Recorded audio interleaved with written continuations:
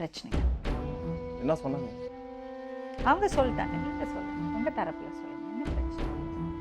அந்த விஷயம் சின்ன பிரச்சனை, இவ்வளோ பெருசு இல்லை, நான் என்ன கேட்குறேன், குடும்ப விஷயம், உங்கள் ப்ரைவேட் அஃபேர்னா உங்கள் ஒய்ஃப் இங்கே வந்திருக்க கூடாது இல்லையா?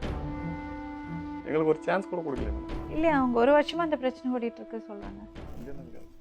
உங்களுக்கு 2 பசங்க இருக்குல்ல, நீங்கள் இப்படி சண்டை போட்டுட்டு இருந்தா பசங்களோட நிலமை? சண்டை நான் போடுறதே கிடையாது.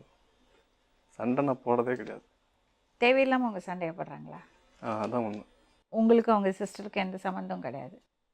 இல்லை, சம்மந்தம்னா அக்கா தங்கச்சிங்க நான் போகிறேன் வரேன் பார்க்குறேன் எல்லாம் சரி. என்னது சம்மந்தம்னா அக்கான்றதுனால அங்கே போவோம். யாரோட அக்கா? உங்களோட அக்கா. அதுக்கு நீங்கள் எதுக்கு போகிறீங்க? போகக்கூடாதுங்க. எதுக்குங்க? அவங்களுக்கு விருப்பம் இல்லாத விஷயத்த நீங்கள் ஏன் பண்ணுறீங்க? சரி செய்துறேன். செய்துறேன். அவங்களுக்கு விருப்பம் இல்லைன்னா அப்புறம் நீங்கள் ஏன் பண்ணுறீங்க? இவங்க அம்மா இருக்கிறாங்க, அவங்க அப்பா இருக்கிறாங்க, எங்கள் வீட்டில் எங்கள் அம்மா இருக்கிறாங்க, எங்கள் பெரியவங்க இருக்கிறாங்க. அட்லீஸ்ட் அவங்ககிட்டயாவது சொல்லியிருக்கணும். ஏம்மா சொல்லலை? அம்மா 1 வருஷத்துக்கு முன்னாடி பிரச்சனைன்னு சொன்னாங்கம்மா. அன்னைக்கே வந்து இவங்க அப்பா அம்மாவுக்கு எல்லாருக்குமே தெரியும். அப்புறமா எங்கள் மாமியார் வீட்டில் வந்து எங்கள் அப்பா அம்மாவும் சண்டை போட்டு பண்ணாங்க, சொல்லிட்டு தாம்மா பண்ணாங்க. அவங்களுக்கும் தெரியும், இவங்களுக்கும் தெரியுமா. என்ன நடந்தது ஆக்சுவலி கொஞ்சம் விவரமாக சொல்லுங்களேன். இல்லை, சொன்னாங்கன்னு வந்து சொல்கிறாங்க இல்லைங்களா, வந்தாங்க. அதெல்லாம் விடுங்க, என்ன நடந்தது கொஞ்சம் சொல்லுங்க. எதுவுமே நடக்கல மேடம். என்ன நடந்ததுன்னா நான் என்ன சொல்றேன்? ஒன்றுமே நடக்கலையா? ஒன்றுமே இல்லை. சண்டை போடல, ஒன்றுமே நடக்கல.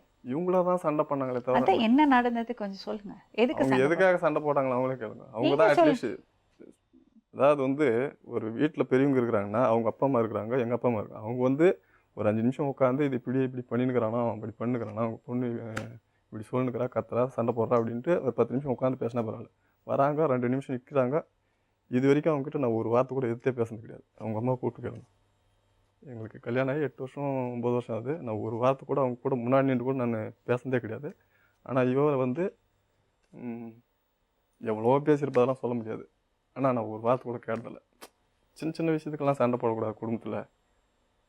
நான் அவள் பேச, நான் எங்கள் அப்பா அம்மா பேச குடும்பம் கலைஞ்சிரும் அப்படின்றதுனால இப்போ என் கூட யாருமே பேசுறதில்லை. உங்கள் வீட்லையா? என் கூட யாருமே பேச மாட்டேன்.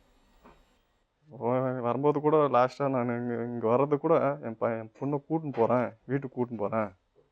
அதாவது என்ன சொல்கிறாங்களான்னா, நான் இங்கேருந்து கூட்டின்னு போகிறேன், என் பொண்ணுக்கு உங்களை மாதிரி இன்னொரு கல்யாணம்லாம் பண்ணி வைக்க மாட்டேன் அப்படின்னு சொன்னாங்களாம். நாங்கள்லாம் தேடி இருக்கிறேன். அதெல்லாம் சொல்லலம்மா அவங்க, எங்கள் மாமியார் அதெல்லாம் சொல்லலம்மா. நாங்கள் வந்து சொன்னோம், வரும்போது சொல்லிட்டு தான் எங்கள் மாமியார்கிட்ட, மாதிரி உங்கள் பையன் வேறு கல்யாணம் பண்ணிக்கிட்டாருமா, உங்கள் பையனும் வேறு பொண்ணும் இருக்கிறதே நாங்கள் கையங்காலமாக பிடிச்சிட்டு. யார் அது வேறு பொண்ணு?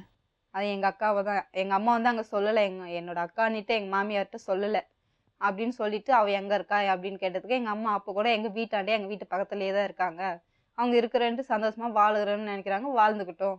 என் பொண்ணு வந்து இங்கே இருக்க மாட்டேன்றா இன்னும், நாங்கள் அதனால கூட்டிகிட்டு போகிறோங்க. அப்போ வந்து எங்கள் மாமியார், எங்கள் மாமனார், எங்கள் சின்ன நாத்தனார் 3 பேருமே இருந்தாங்க. அவங்க கிட்ட சொல்லிட்டு நாங்கள் வந்துட்டோம். ஏதோ எங்கள் மாமனாரே வாசப்படியில தான் உட்காந்துருந்தாங்க. ஒரு அண்ணன், 2 அக்கா, ஒரு தங்கச்சி. இத்தனை பேரோட பிறந்துட்டு எப்படி பண்ணீங்க? இதுக்கு மேல என்ன சொல்ல போற? சொல்றதுக்கு வேற ஏதாவது பொய் இருந்தா சொல்லிடு. அவ தான் ஏமாத்தி எல்லாத்தையும் என்கிட்ட இருந்து பறிச்சிட்டான்னு பார்த்தா நீயும் இப்போ அதே தான் பண்ணிருக்க. ஏன் ஆலியா, ஏன் இப்படி பண்ண? இந்த உலகத்துல பாட்டிக்கு அப்புறம் நான் யார் மேலேயாவது உயிரையே வச்சிருக்கேன்னா அது உன் மேலதான் உனக்கு தெரியாதா? ஏன் இப்படி பண்ண ஆலியா? உனக்கு காசு பணம் அவ்வளவு முக்கியமா போயிடுச்சு. அதுக்காக நம்ம உறவை கூட மறந்துடுவியா?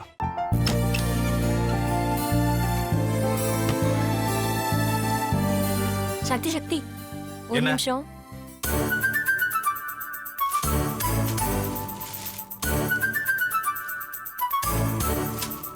இந்தாங்க. என்ன இது? உங்களுக்கு பிடிச்ச பிராண்ட் செப்பல். இது என்ன நான் தலையில வச்சுட்டு தூங்கணுமா? சரி, அதை விடுங்க. இங்க பாத்தீங்களா, டைம் பீஸ். இதோட அலாரம்க்கு தான் நீங்க டெய்லி எந்திரிக்கணும். அதெல்லாம் என் மொபைல்ல இருக்கு. முத்து, முத்து, என்னடி இவன் முத்துன்னு ஒருத்தைய உருவாக்கி விட்டான், செல்வியை மறப்பான்னு பார்த்தா எப்ப பார்த்தாலும் முத்து முத்துன்னு கூப்பிட்டு இருக்கான். முத்துவை கூப்பிட மட்டுமா செய்யறான், முத்துவை வச்சு என்னென்னமோ செய்யறான். நாம தான் இளிச்சவாய் மாதிரி வேடிக்கை பார்த்துட்டு இருக்கோம். என்ன முறைச்சு என்ன பிரயோஜனமாயா? உனக்கு வேற குரல் போயிடுச்சு. அடுத்து அவ செல்வியை கூப்பிட்டானா என்ன பண்ண போற? உன்னுடைய விருப்பப்படியே நீ ராமநாத வீட்டு மருமகளா வாழப் போற. கண்டிப்பா என்னுடைய ஸ்தானத்திலிருந்து அவன் உன்னை நல்லா பார்த்துக்குவான் அம்மா. டேய், அவரை பத்தி தான் உனக்கு தெரியும்ல. அவர் எந்த முடிவு எடுத்தாலும் அதான் ஃபைனல். நம்ம அப்பா வேணுமா வேணாமாங்கிறத நீயே முடிவு பண்ணிக்கோ. வாடா.